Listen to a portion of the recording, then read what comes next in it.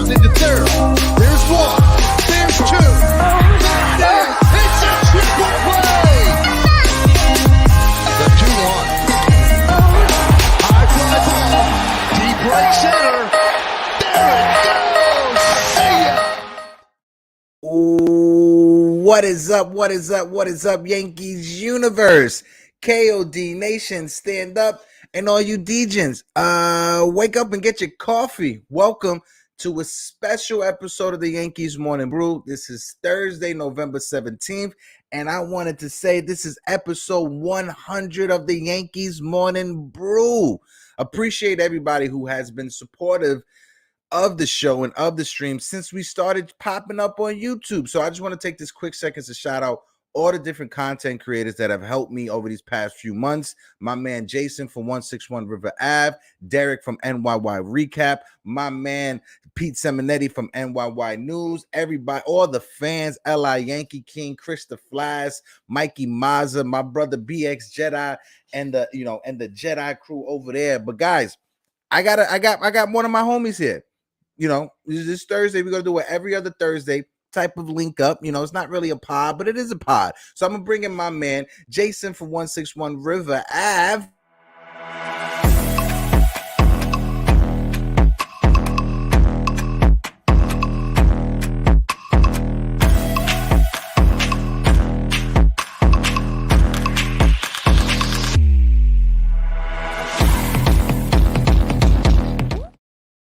Jason, what is good, brother?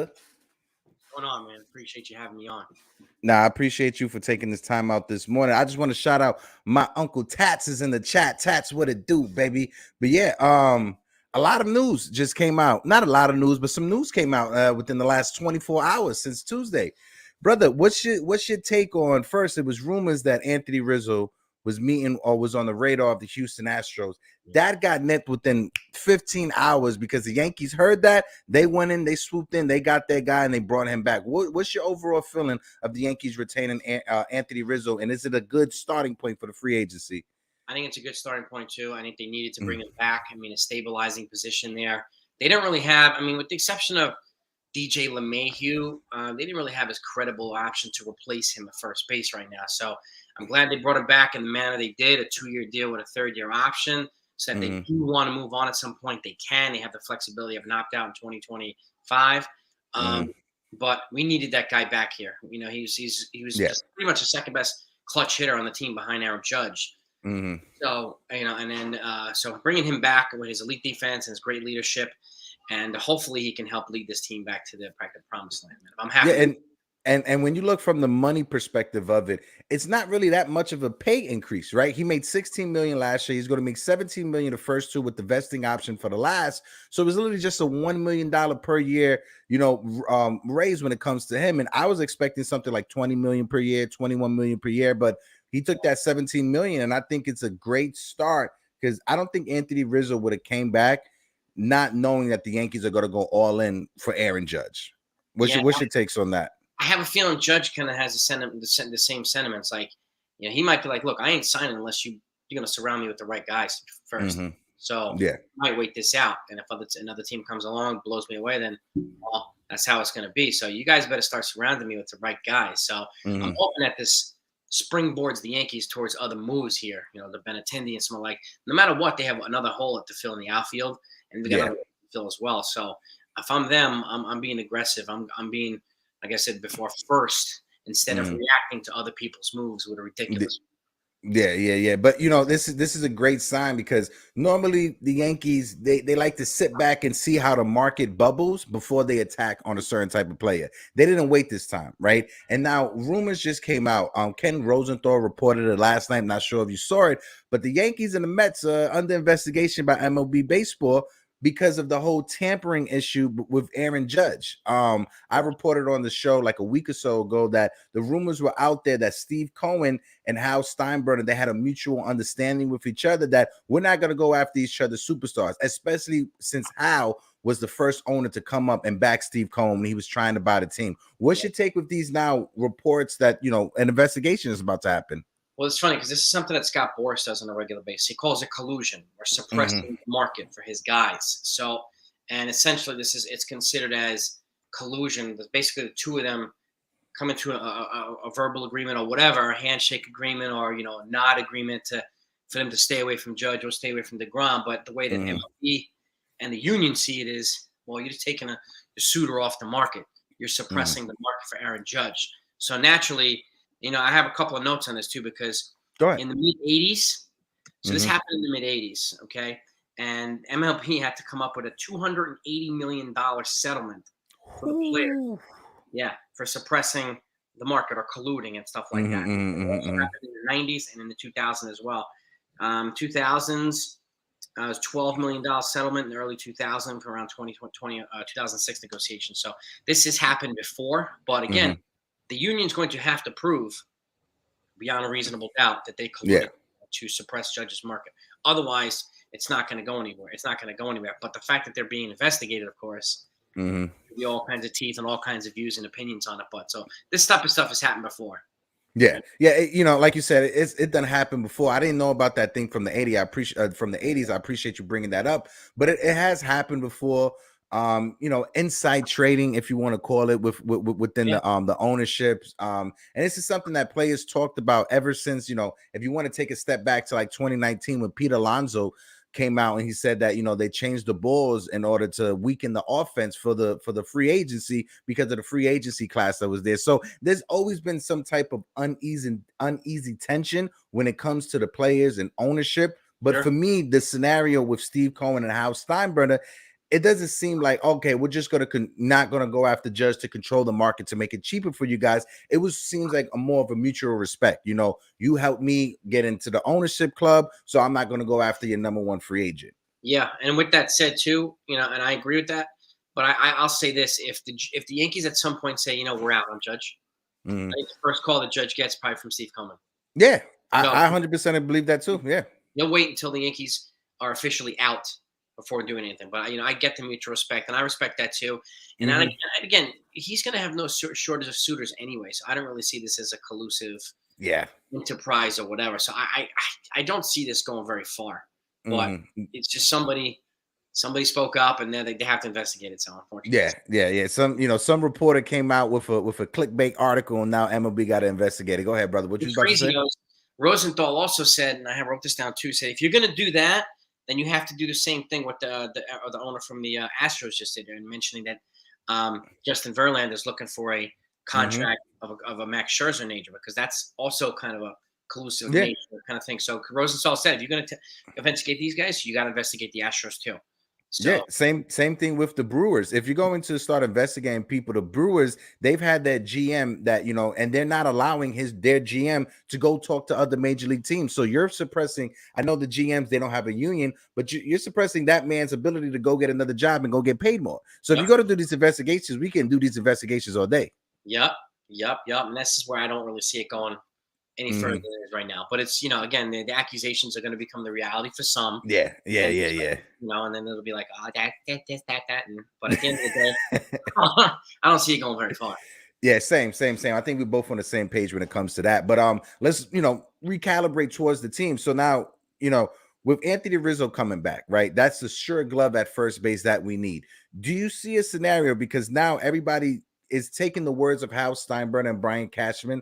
It kind of seems like they're going to have a battle when it comes to shortstop and spring training between Volpe, Peraza, and IKF.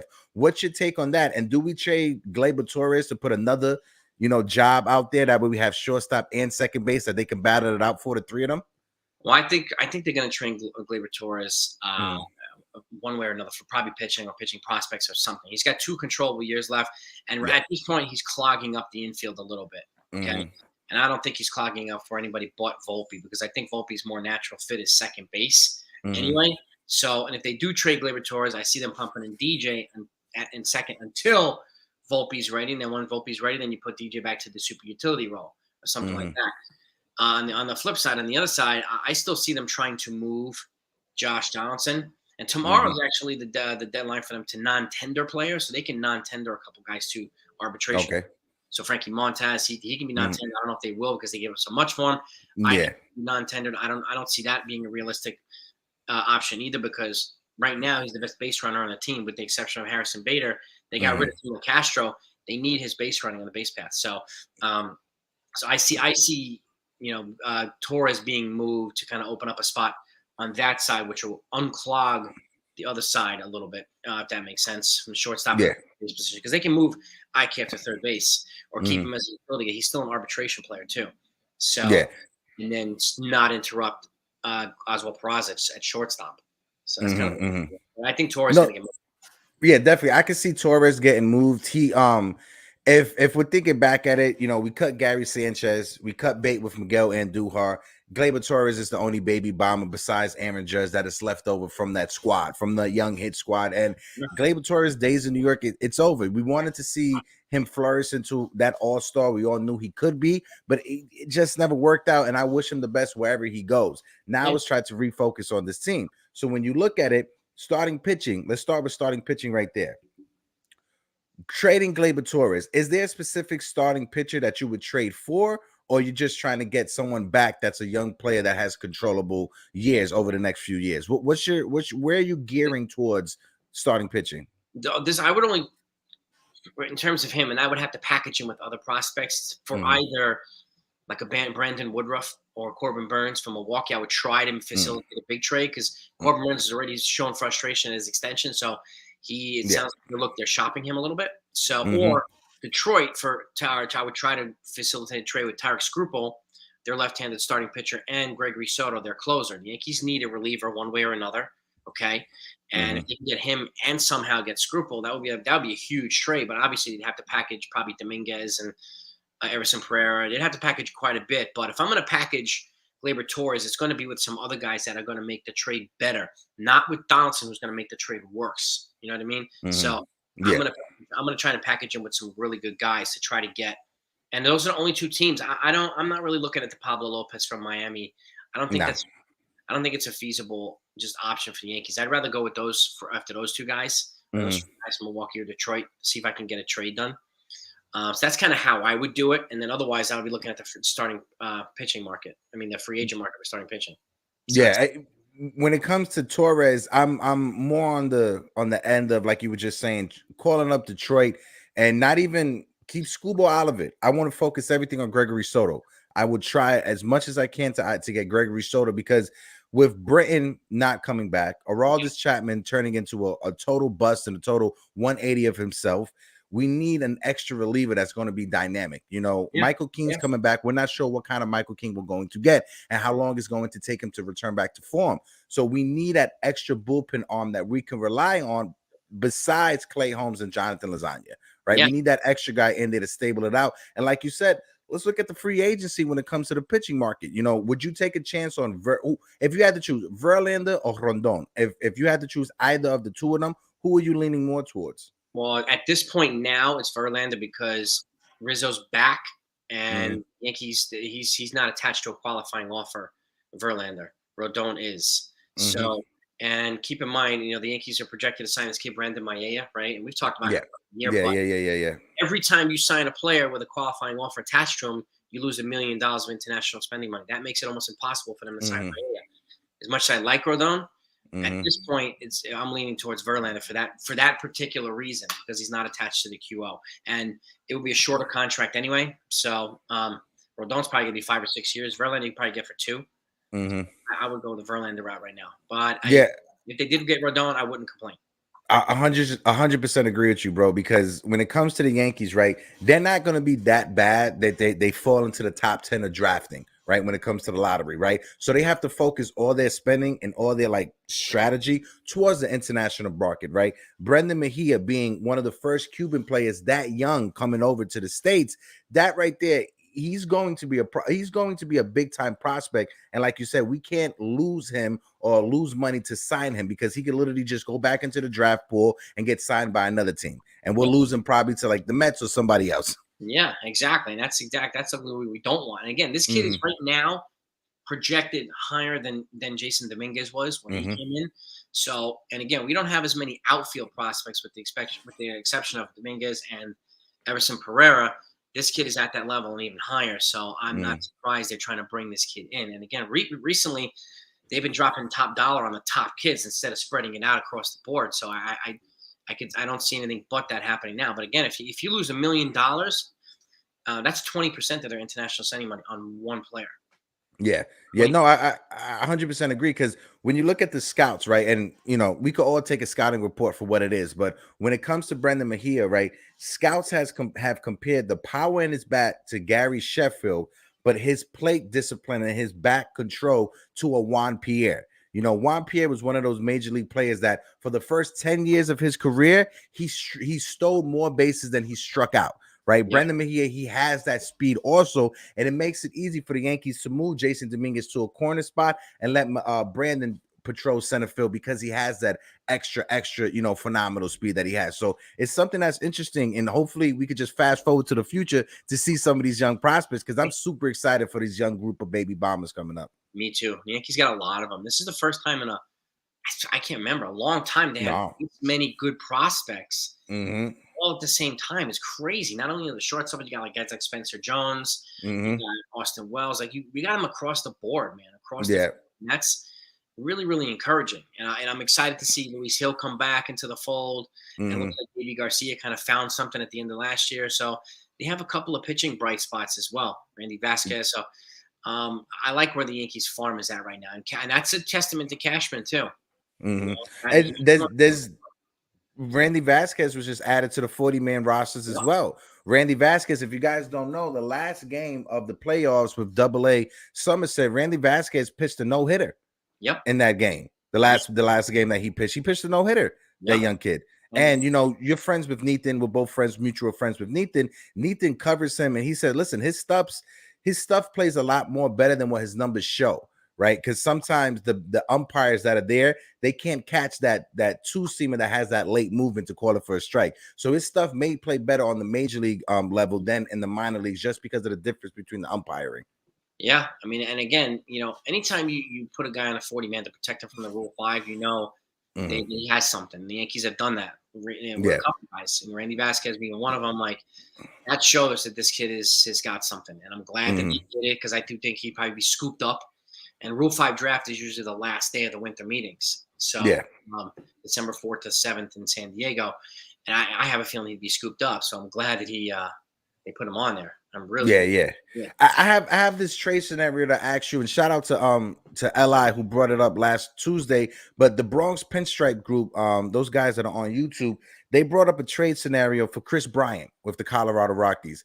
Would you entertain trading Josh Donaldson, Aaron Hicks, a prospect from the Yankees, for Chris Bryant, and have the Rockies pay $10 million of his contract for the last 2 years? Because if you look at his contract is only, the most he's making is $25 million. So if we have the Rockies eat some of that by enticing them with a prospect, Chris Bryant, $15 million per season for Chris Bryant, that's not that bad of a deal.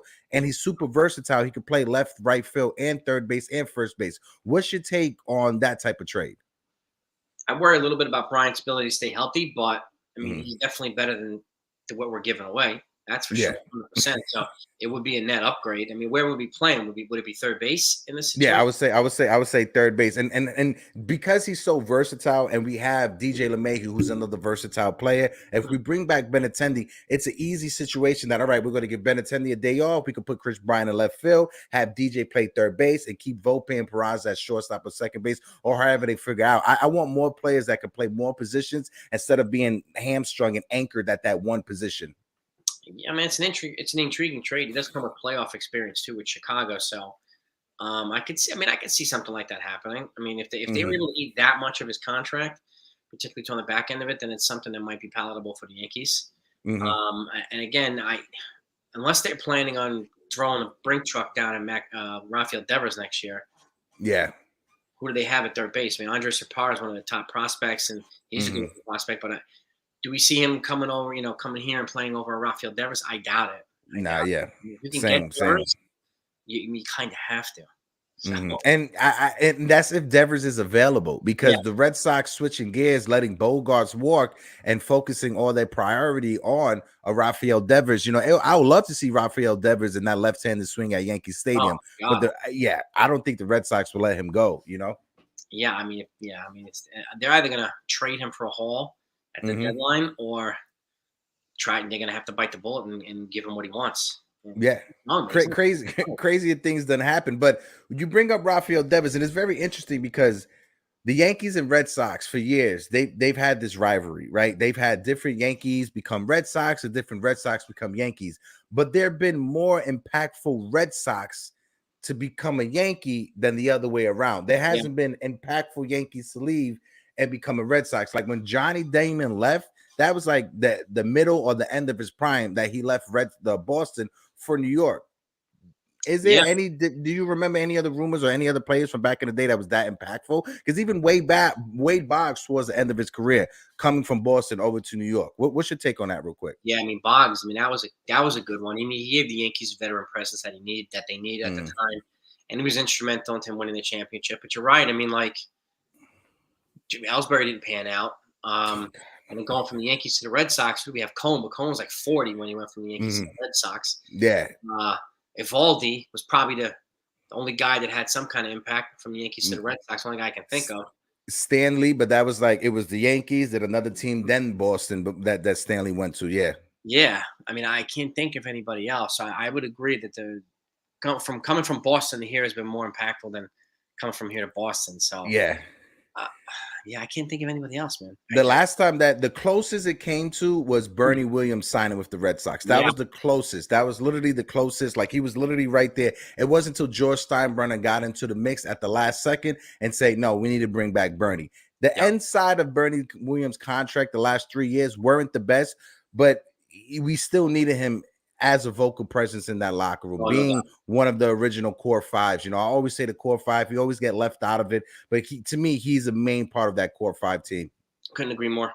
And he stayed an elite defender all the way until the end of his career. So, and still a clutch hitter, a good contact hitter from both sides of the plate, leadership intangibles. Yeah, you and I say both the core five. You can't leave Bernie out of this. Out of that family. Yeah, you can't, especially when Pettit left for a couple years. Pettit left for a few years. He went on vacation in Houston and then came back. Yeah, I mean, my hand. This isn't my hand, man. This is my hand. Yeah, exactly. Let's switch now to the outfield. Right before we even get to the outfield, when it comes to Hal Steinbrenner, do you think that Hal is going to open up the wallet this offseason and have the Yankees spend some money? This is the thing. You know what? Like the other day, he said, like, we're not going to let Judge stop us from signing other people. It's like on one end, he says the checkbook's open, and then the other end is like, well, I mean, so I don't know because like he contradicts himself with the next statement he makes, and then he goes back to the other statement. So I can't tell, man. I can't tell. But I mean, if he's going to open up the checkbook, I mean, it's got to be. You can't just open it up for another little piece. Exactly. You got to open it up and do it right. You got to do it right. And if you want don't open it up to sign that journeyman left-handed reliever for $3 million. No, open it up to sign someone impactful. Yeah, exactly. And at this point, I mean, you're going to have to look at one of these. I mean, I know they're talking to Turner, Correa, and Bogarts right now, but are they actually going to do it? I mean, this is due diligence for the Yankees anyway. They talk to everybody, right, all the time. Yeah. But I mean, if they did one of those and before bringing back Judge, then I'd be like, okay, these guys are okay. These guys mean business, Because will they do it? I don't know. If you remember this past season, bro, when you look back on this last season, there were two times that Hal was there at Yankee Stadium. There was the Paul O'Neill day and it was the Derek Jeter day. Yeah. Both times he got booed horribly. And no matter how much money you have in the world, right? And that's the thing with these billionaires, right? They got all this money in the world, but they can't buy admiration. They can't buy happiness. They can't buy friends. Look at, Elon Musk, he brought Twitter and he's upset because people are still making fun of him on the app that he brought. But when you look at these billionaires like Hal Steinbrenner, they want to be loved, by the fans, by the people they put the product out there. He cannot go into another year having ceremonies and being booed at Yankee Stadium. I think that sits with him in the back of his head, and he wants to switch that up. He doesn't want to be James Dolan. No, he does not. And I think it's important to keep in mind too that Hal has more power over his money than Cashman does. Cashman doesn't just do this and do that without approval from Hal. Okay, yeah. Cashman's been overruled before multiple times, so it's not only a Cashman thing. I know there's a lot of people on the fire Cashman thing, blah, blah, blah, but something to keep in mind is, and you mentioned this too, that since the Yankees won the World Series in 2009, their net worth has tripled, more than tripled. And so Cashman's doing exactly what Hal wants done. Right? They're winning enough to stay wildly profitable, Okay, and what other team can honestly we say like, well, we haven't won a World Series in 13 years. I mean, this with the exception, like think about if you're the Padres, if you're the Mariners, or all these other teams who haven't won in I can't The remember. Cincinnati Reds, the Pittsburgh Yeah, Pirates, yeah, like. they haven't won in like almost a century. Mhm. So, to a degree, we are spoiled. And again, I understand the expectations in New York are different, but at the same time, this is Hal's money. He has final say on the money. So, and again, he's overruled Cashman before. Yeah. Okay, but he's also gone with Cashman multiple times too. And have they gotten it right all the time? No, of course not. But at the same time, Mhm. they're in the playoffs every single year. They have more wins than any other team in Major League Baseball in the last 20 years. Okay, so they've done exactly what the owners want them to want done. Yeah. And Mhm. playoffs is just another bonus. But again, they have to if they want to beat the Astros, they're going to have to open up the book and they're going to have to bring in some big time players. It's that Yeah, simple. and I don't think you and I are advocating for Hal Steinbrenner just to open the checkbook and just spend irresponsibly. No, we're not advocating for that whatsoever.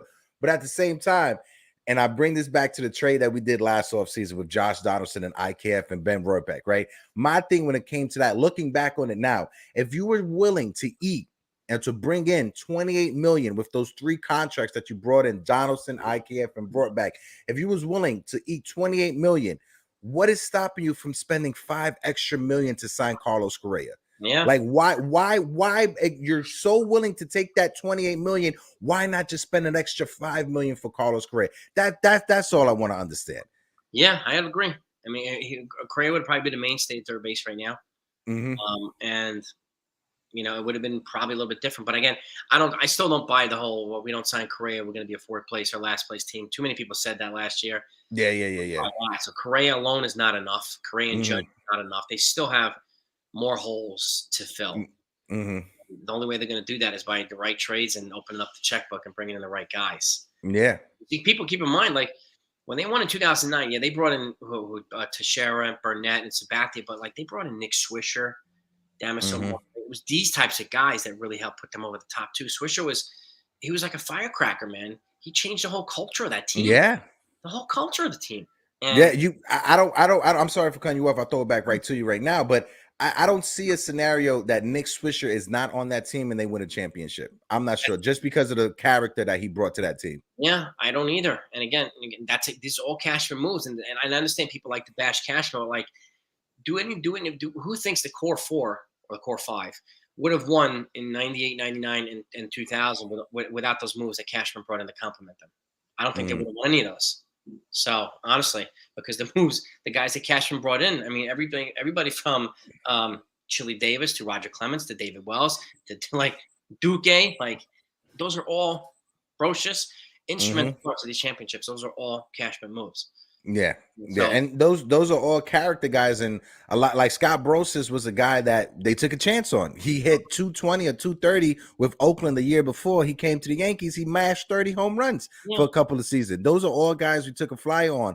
El Duque was this legend coming over from Cuba. His brother was here in the majors. Nobody ever saw him pitch. We took a fly on him, and look what happened. Same thing with Alfonso Soriano, right? Alfonso Soriano, he played in Japan for like a year or two before coming over before being signed by the Yankees. That was a chance and a gamble right there because no scouts wanted to touch Alfonso Soriano. So the gamble moves have worked out more than they have not worked out, in my opinion, when it comes to like certain moves that Cashman does. But the ones that don't work out are the ones that stick out like a sore thumb, and those are the ones that we go to sleep with at night and always want to use as a as the dartboard when it comes to Cashman. And you can never win every deal. You're not going to win every deal. You're going to have some deals, and especially if you have a long resume like Cashman does, there's going to be a lot more misses than hits over the years. And even if there are more hits than misses, the misses are the ones that people are going to talk about all the time. Right. It's just like, Jeter could have 998 fielding percentage, but if he boots 2 balls at the worst time, they're going to talk about the 2 booted balls at the worst time, other than the 998 fielding percent. That's just the way that it is, especially in New York. It's just stuff that gets extrapolated all the time. So it's just why, I get people like to hate Cashman, but Cashman's like, all right, go ahead. Yeah. Laughing my way to the bank. Exactly. I got my mansion in Connecticut. You getting in whatever Hartsdale, wherever he has, but yeah. That's the reality, unfortunately. Yeah. But let's switch gears now to the outfield, right? Because I am intrigued by the Yoshida player from Japan, just because of the the contact rate, how he doesn't strike out. The defense is not the best, and that's what make me just shy a little bit from him. I would want Benintendi back because of his elite defense, and having an outfield of Benintendi, Bader, and Judge out there, those 3 spots right there, to me, will probably be the best defensive outfield the Yankees have had in years. What's your take with that? And would you rather Yoshida over Benintendi? Who are you going for right there? Personally, I'm intrigued by Yoshida. I'll put it this way: if Judge comes back, I'm going with Benintendi. Okay, if Judge doesn't come back, I'm going with Benintendi and Yoshida for the corner outfield spots. Okay, I want both of them, and you add them both of them, they're still going to be cheaper than Judge by himself for a season. So, and that's the only way, because if Judge leaves, then there's 2 outfield spots that need to be filled. And Yoshida brings his that you get 2 contact hitters from the left-handed side. You got the base running and the defensive acumen from Benintendi. You have the power component from Yoshida. So to me, you're getting best of both worlds here with both of them, if it's possible. But again, it all boils down to Judge, whether he comes back or not. But if Judge is coming back, I'm leaning towards Benintendi right now, only because he's got major league chops, major league experience, playoff experience, and we have power elsewhere that we might not need. But and again, he to me is our prototypical leadoff hitter. Yeah. And if Judge walks, I'm going after both of them. I'm going after both of them hard. Yeah, 100% agree with you. When it comes to the Yankees, and this is the scary part, because I brought up the Chris Bryant thing, right? But at the same time, when his contract towards the end, it's over, he's going to be about 35, 36 years old, right? Giancarlo Stanton, he's a guy that he's going to be with this team till he's 38 years old, right? So I don't want that many aging players on this team. When Judge comes, right, we re-sign Judge. By the time Giancarlo Stanton's contract is done, Judge is going to be 36 years old. So Judge is going to have to move into that DH role later on in his career. Where do you see Judge's contract, and what are you willing, if you was Hal, to give to re-sign Judge? I'm not going beyond 8 years under any circumstances, personally. And I'll hit the 40 million per year mark, 8 years, 320. It seems to be like a sweet spot. Yeah. But I have a feeling somebody's going to give him 9 or 10 years. And if they do, let him go there. Let him go there. Wish him well. This is his opportunity. Like I said, it's his right to cash in. He's coming off a historic year, but Cashman will use the postseason, a lack of postseason performance, as a negotiating tool. We know this already. But I don't think that's really going to lower his price that much anyway. Yeah. But I would stop at 8 years if I were Cashman, just to be on the safe side here, because I think the last couple of years, whether it's DH or not, are going to be not as pretty as some folks think. So yeah. The only thing that when it comes to Judge and the later stages of his career, right, the only thing that I think that it may be better than what some people may think is the fact that Judge didn't play travel ball when he was 11 and 12 years old, right? So he doesn't have that wear and tear on his body as he was developing and growing into his body. He didn't start playing baseball until he was 16, 17 as a junior or a senior in high school, and then he went to Fresno State and he walked on to the team. He was never scouted for baseball. He was always scouted for football. He just walked on to the team and tried out, and he got signed right then and then when it came to Fresno State. But it is worrisome, right? I'm not saying I'm not worried. It is worrisome because of the injuries he has had as a major league player, whether it's a oblique injury from falling on his rib, whether it's a wrist injury from being hit. So the injuries are of a concern, but I don't think they're more of a major concern. Now, knock on wood, if Judge next year has a shoulder injury that has to get surgery, then we have some concerns to happen, because those are the injuries that Judge hasn't had. He hasn't had an ACL surgery. He hasn't had a hip surgery. He hasn't had a shoulder surgery. So those are the injuries we're trying to avoid. The oblique injury, we could deal with that. The wrist injury from being hit on it, we could deal with that. It's when you have to go under the knife for your shoulder and your knee, that's when you need to be more concerned about it. I would agree. And his body type is borderline. Like, it's like so far he's dodged a bullet, but one of these days, and I think that's the big worry, right? One of these days he's gonna have a hip problem, and the hip problem's gonna take forever, or whatever. It's like Giancarlo Stanton's got these calf problems. All of his injuries are in the lower body, not in the upper body. So that's my worry about Judge as well. That's why I'm at this point, and at this point, I don't think it makes business sense to go more than 8 years. Because is he going to be selling the same amount of jerseys at 39 years old? No, he's not. That's the business. I understand the business standpoint there. Now, if he's continually performing, okay. What are the chances of him duplicating a 62-year season? Very likely not, right? Throws down some 40 home run seasons for the next several years, and okay. But otherwise, it's going to be kind of the same type of thing with Stanton. And my fear is, he's breaking down. And that conversation is going to be Judge as well. I'm going to have two guys that are breaking down who both fit DH positions now, and we only have one DH spot. So, yeah. But I hope if Judge stays, he stays healthy. I really, really do. I really, really do. No, he's the franchise guy. Yeah, 100%, bro. When you look at Judge, right, and the type of person we have seen Judge, and we're just going off of what we see in interviews and however like that. But when it comes to Judge, it seems like he walks around with a chip on his shoulder, right? To me, it seems like he walks around, and I think that Judge values winning in New York. He understands that his legacy is going to be defined if he wins here in New York. I don't think Judge is that type of player to just hide his tail and go hiding, to another team because he didn't win in New York. I think Judge wants to win here, and he wants to win here real bad. And he understands how big it would mean for him to win here, not just for the team, but for him and his Hall of Fame legacy if he even goes to the Hall of Fame. And New York, and just the city of New York too. For city of New York to have Judge here winning, and again, it's good business one way or another. Just you have to be prepared for the back end of the contract to be ugly. But to me, there's no way I'm going 9 or 10 years. But unfortunately, I think that's going to happen for Judge with somebody. So at that point, what is the walk away point for the Yankees is the question, and how quickly do they respond if that happens? Oh, I got my guy backstage. I'm gonna bring him in. Bring my brother Pots and Pan. Yo, how you doing? What's up, homies? Yo, Mr. 161, what's good, my dude? It's good, man. Yo, you just missed it. Jason just came back from a run. He was running by like 3 miles earlier this morning. That's what it is. That's the fact that Jason is just feeling better, bro. I mean, like, you watched a couple of videos. He started sounding like he had that like Demi Moore kind of voice going on for a minute, and then it came back, which was dope. How you feeling, bro? Everything good? Yeah, I'm feeling better. I mean, I had a little bit of the Barry White syndrome going on for a couple of days. There we go. Yo, but that could work to your advantage, bro. You got that. How you doing? I'm sure you fellas already talked about Rizzo, right? Yeah, Rizzo? we talked about Rizzo, for a little bit. Just waiting for you to come to dive into it. Dive into it. I'm ready to see a lot more of this right here, bro. Let's get some more Rizzo home runs. You know what I'm saying? Fans, give us some of that back. This is what happens when Jigga Man is hanging out with the heads of the KOD media and the Knights of DJ at the business retreat. This is what happens.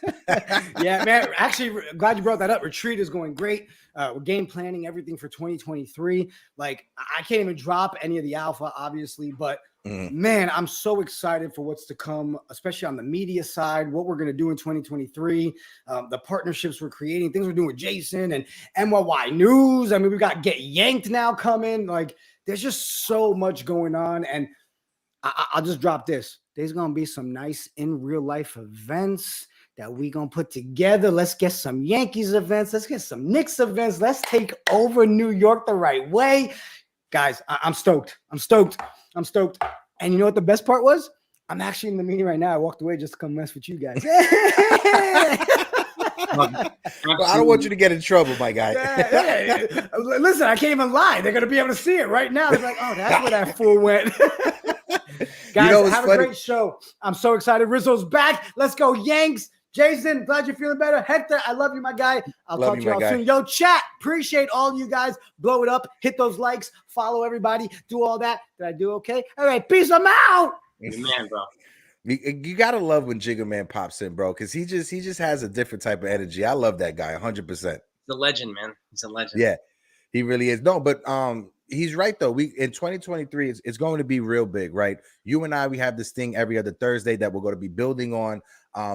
Helping as well with certain things when it comes to the channel, growing visuals and stuff. 2023 is going to be a big year, not only for KOD, but for 161 River Ave, for NY News. And my thing, and I always had this goal, like becoming a content creator, right? And always just opening it up to the entire community, right? I never wanted to be one of those guys that, all right, it's all about me and that's it. No.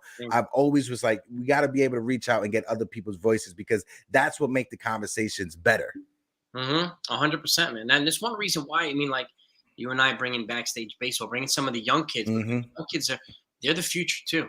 Yeah. This generation, and these kids are smart. And they know their stuff, and they're passionate Yankee fans. And why not bring them in and give them an opportunity to kind of grow with all of us as well?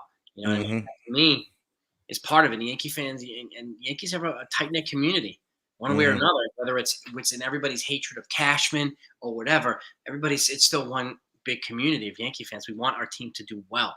And, and that being here with you or doing stuff with Backstage it's all a blessing. And I feel fortunate enough to be able to do these things with you guys. This is the and shout out to my little brother Halal. He's my adopted little brother right now. But shout out to Halal and Backstage Baseball. He does an amazing job. That kid he's going to do a lot of great things in this world. I tell him that every time I get the chance to tell him that. But when it comes to this new online, this is a new media, right? This is when we're not getting paid from ESPN to push a certain type of narrative. We're not getting paid from SNY or NY News or New Daily News or the we're not getting paid for them to give you a fluff easy take on the team. No, we're here to give it how it is by the fans and for the fans. And very rarely do you have people on here, disagreeing with each other and still kind of flowing and flowing and flowing. When those fluff pieces, they're all riding the same line. Yes. Same question. Oh, that's a great point. Even if it's a shitty point, that's a great point. Really love it. Like we don't do that here. No. We keep it genuine. We keep it transparent. We keep it honest. And that to me is what makes places like this special.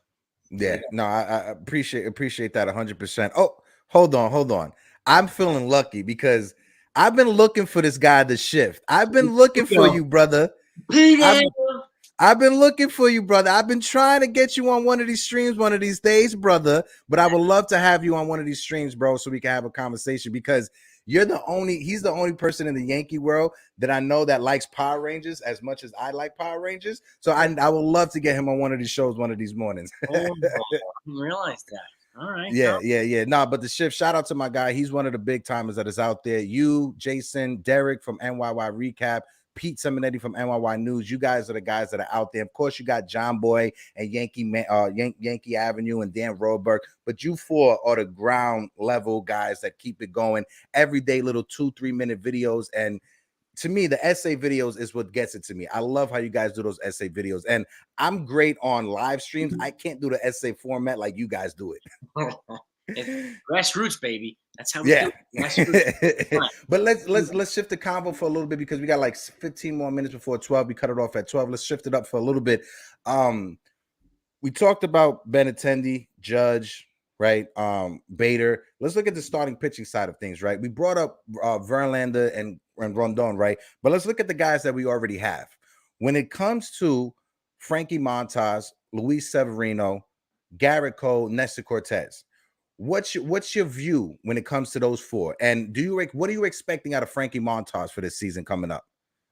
I'm expecting, a better performance. Now that he'll, they shut him down, he's kind of building himself up. Hopefully, get past that shoulder injury because I don't think he ever got over the shoulder injury when he was here. So it just didn't pan out. And he looked like a total bust. Now, I'm hoping that if he stays here, he gets, he's able to rebuild some health and he'll be a credible number 4, number 5 guy. Do I think they'll bring in another guy? Yes, because I think, and whoever it is, I think, at the end of the day, Montas will probably be the number 5 starter for the team. And if we can get to the point where he's number 5, then I think we're doing pretty good with Cole, then Cortez, you get Severino, and let's just say Rodon, right? Rodon in there, and then Montas. Like that's a nice number 5 rotation if you ask me, or even Verlander, whatever it is. And with Montas too, he's shown the ability to get guys out. He's got some good out pitches, but again, having that shoulder injury it limited his ability to refine his pitches and to finish guys out and stuff. So I'm really hoping that they take full advantage of this offseason to rebuild his strength and get him back to where he can actually be an effective pitcher because they gave up a lot for him. Yes.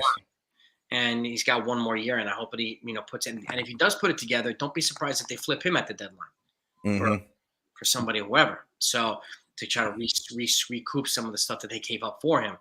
So that's kind of the way I look at it. And I think until he performs well, people are going to be upset at that trade that they gave up a lot for him, like J.P. Sears and then Waldachai. That was a heck of a haul they gave up.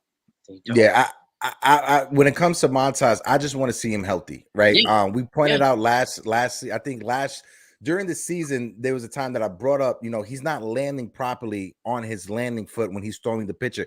His arm angle was off. The way that he was pitching was off. It was totally not the Frankie Montas from the years prior when he was dominant, when he was a borderline all-star, borderline Cy Young candidate, right? We gave up so much for him. I don't want to give up on Frankie Montas. That's why I would love the Yankees to go out there. If you can't beat him, join him. We can't beat Verlander. Pay that man so we can take him away from Houston. I know a lot of Yankee fans aren't on the same boat as me, but pay that man so we can take him away from Houston and make Houston weaker at the same time. Yep. Garrett Cole had his best year when Justin Verlander was his teammate. Say that again, because that's where I think people need to understand. He was better when he was side to side with Justin Verlander. Mm-hmm. So having a rotation of Cole at number 1, Verlander number 2, you're allowed to move Nestor Cortez to that 3 spot, to that 3rd starting rotation spot. It's Luis Severino move him to the 4th spot, and Frankie Montas as a 5th starter in a rotation. You can't, that right there, that's a legendary rotation if they stay healthy and if they pitch to their capability. Yep, 100%. I mean, again, if you have Severino as your number 4, you're doing pretty good. You're doing Nestor Cortez number 3, you're doing pretty good. So. And again, there's only a couple of starters worth, bringing in, and obviously Verlander and Rodon are the top 2. I'm not bringing in Chris Bassett. He's attached to a qualifying offer. Same. I'm not spending that much money for a number 3 and number 4 guy. Yeah, no. Aspects and internationals, no way I'm doing it. Yeah, so no. The person I would do that for is Rodon. Oh, and if you get Justin Verlander and you have that rotation like I laid out, you still have Domingo Germán and Clark Smith to do spot start, to give Justin Verlander a day off, to give Nestor Cortez a day off, to give Luis Severino a day off, because during the season, Verlander at his age is going to need a couple starts off. Nestor Cortez, because he was building up innings, is going to need a couple starts off. And Luis Severino, we understand what Luis Severino is. So having that ace that Justin Verlander is, it just moves everybody back and it makes everybody better. And having those guys, and I said this too, you have a couple of good long relievers, guys that can spot start do good long relief. It bridges the gap from the starting rotation to the bullpen so that you're not overusing the big guys, you're not overusing the little guys. Those guys are perfect. And if you have Schmidt, Germán, whoever in long relief, then you have the ability to do that. And you're not taxing the bullpen. You're not having 1 inning guys throw 2 or 3. You're not having these guys, throw 6 or 7 when they should have gotten out of 5 or 6. So that to me is a much better balanced pitching staff. And then it'll also ease Michael King back and ease Ron Marinaccio back and Clay Holmes, ease him back. You know what I mean? So that to me is how to do it. And they hadn't had that in a while. Like once Michael King went down, he was the perfect long relief guy. It kind of threw things out of whack because Clay Holmes wasn't ready to handle the closer duties. He went from a middling Pittsburgh Pirates reliever, and you expected him to take over Mariano Rivera's role. I mean, come on. Yeah. It's not that easy. It's not easy. So he did a credible job, but at the same time, once you lost your buffer, your security blanket, and Michael King, things got dicey. They got dicey. So, and that's what I think is important, to get a big arm like a Gregory Soto, right? That way it takes off pressure. It takes the pressure off of Clay Holmes. It takes the pressure off of Michael King coming back off of an injury, because that's one thing. If Michael King's coming back off of an injury and he has all this pressure thrown on top of him to be what he was last year, it's not going to work out for him. Nope. Right. And I just want people to just take this in consideration. I love Nestor Cortez. I'm not trying to foreshadow anything bad about Nestor Cortez, but just know this. This is the first offseason that Nestor Cortez has that he's not pitching winter ball. Right. So this is the first time ever since he's been in a professional amateur pitcher. This is the first time he has not pitched winter ball. And hopefully that doesn't mess up with his workout routine during the offseason. Yeah, I mean, he also went like 45 or 46% over his innings limit. So he essentially added those extra innings as his winter ball. You know what I mean? So it made it shuffle around. So hopefully, I think you're right too. Like, hopefully he gets enough chance to rest and kind of build back up into a regular season now, because now he's a mainstay in this rotation. Yeah, a few more years left here of team control, of arbitration. So if they do it right, he'll be here for a long time to come. And that's the guy they need to do it right with. So, and again, if he's not playing winter ball, it's because hopefully it's because he's throwing more innings in the regular season. Yeah. Yeah, and when you look at his career stats and 22 the Yankees, he pitched 158 in a third innings. That was his career high. His second career high was 2021, 93 innings. And then after that, it was 2019 with 66 innings with the Yankees. So it hasn't been that many innings on his arm.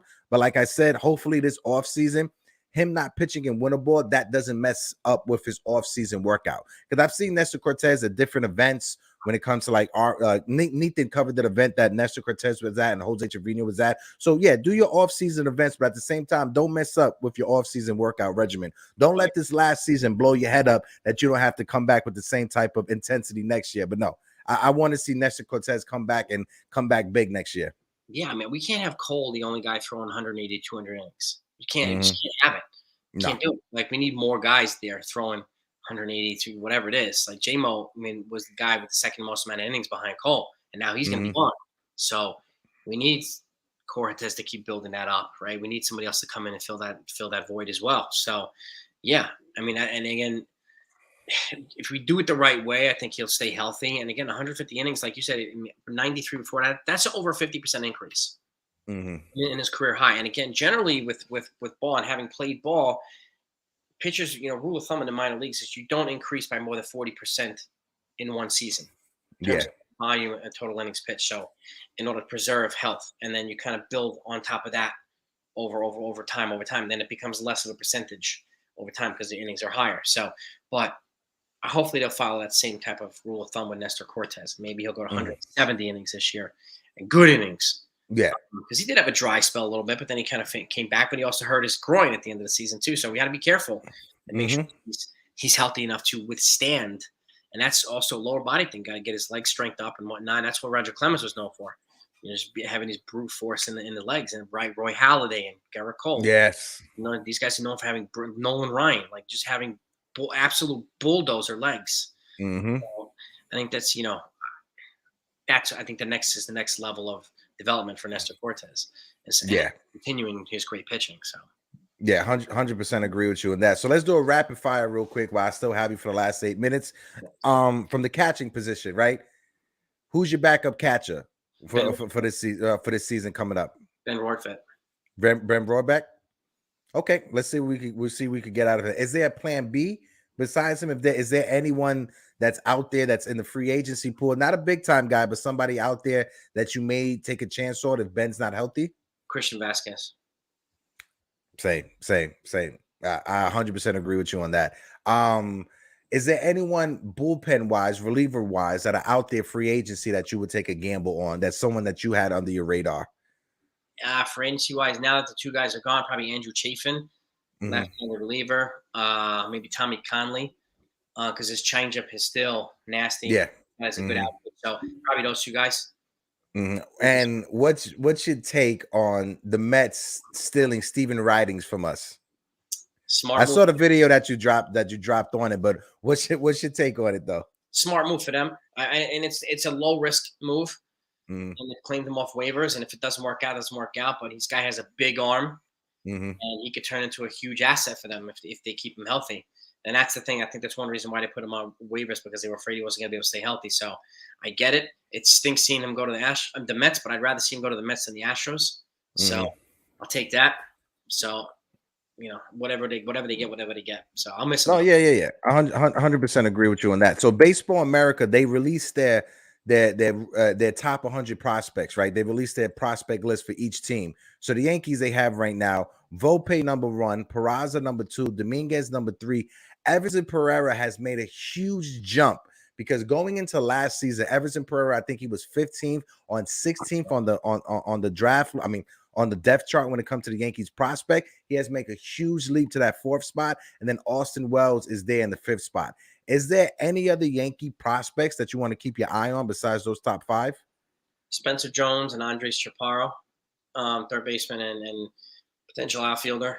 Spencer Jones could also be potentially a first baseman or a DH, or they call the left-handed Aaron Judge. So I'm keeping an eye on him, and he had a good transition into rookie ball already. He's already been promoted, so he's one I'm looking for. And Chaparro for the corner outfield spot. He's a really good hitter with power.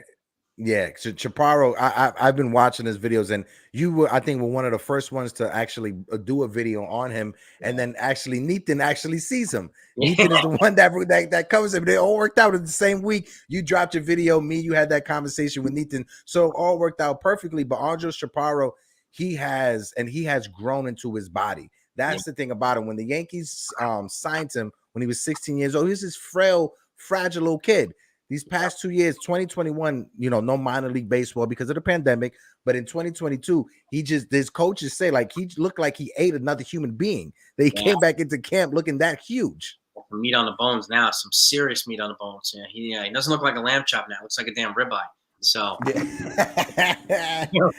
yeah. But brother, I'm gonna let you go right now. Is there any last words that you got for the chat before we dip out? Be patient, folks. I think it's important to be patient this offseason. Things are not going to happen the way we want them to. They never do. But at the end of the day, I do believe that the Yankees will be better than they were this year. And what they'll look like, I have no idea. But I think they'll look better. I think they'll be better than they were this year. So just hang in there, gang. Hang in there. And I'm sure we'll be talking about a heck of a lot more. Oh yeah, definitely. We'll be able to catch you, Jason, on not this Thursday, but the Thursday following afterwards. And as well, whenever we have an event lined up in New York City, right? If I have to send you an Uber, I will send you an Uber to get you there, Jason, because we have to meet up one-on-one. We have to be able to get a drink together. I would love to meet you. And like I said earlier, I appreciate you as a content creator and as a human being, because from our first interaction, it's always been awesome. It's been 100% authentic, and I appreciate you, brother, for being your authentic self. Likewise, bro. Same. I appreciate you just having me on as a guest, considering me for the things that you're doing, and I'm humbled by all this stuff. Whether it's you or Backstage, whoever wants to have me on, I'm humbled by it. I mean, honestly, I'm just I'm humbled to be a part of this Yankee fan community. Yeah, to create a community. So I want to continue to evolve and do my part to make an impact anywhere I can. Yeah, definitely, bro. I'll see you next week, Thursday, my guy. You be safe. Hopefully the family's healthy. All right. Peace and love, brother. Later, baby. Bye-bye. Later, papa.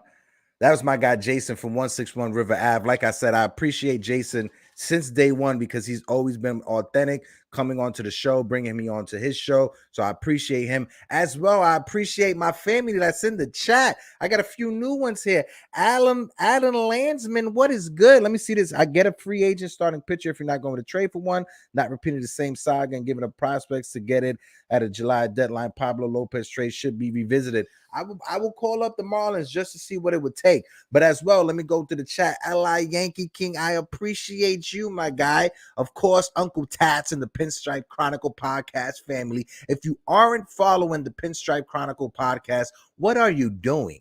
What are you really doing with your life? Shout out to my man, Uncle Tats. Make sure you watch some 9:30 in the morning. Wake up early. Get that coal out your eye. And make sure you watch my guys. But brothers, let me go through a little bit more. Who else we had in the chat? Mikey Maz in the Ford Train Express. Mr. Bad Jewish.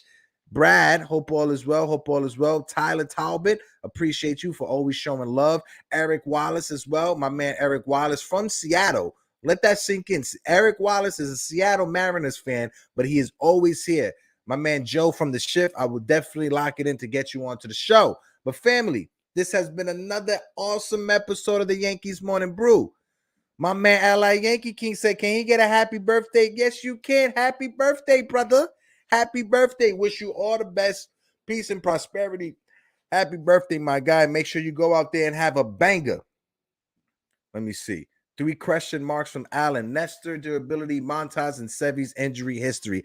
Absolutely, Alan. Absolutely. Listen, we'll be having an open panel, not this Thursday, coming up, and 3 Thursdays. I will not the next one, but the following one. I'll let you guys know, but I'm gonna have an open panel. Bring on some of the fans. I want to see Chris up here. I want to see NY Yankee King, Mikey Mazza, Alan. If you're free, you can always jump on an open panel. But guys, I am your host, Hector, host of the Yankees Morning Brew.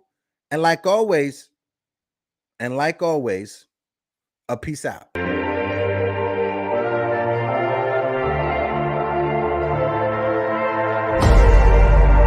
I see you in 3D. The dawn is bright for me. No more dark for me. I know you're watching. eventually.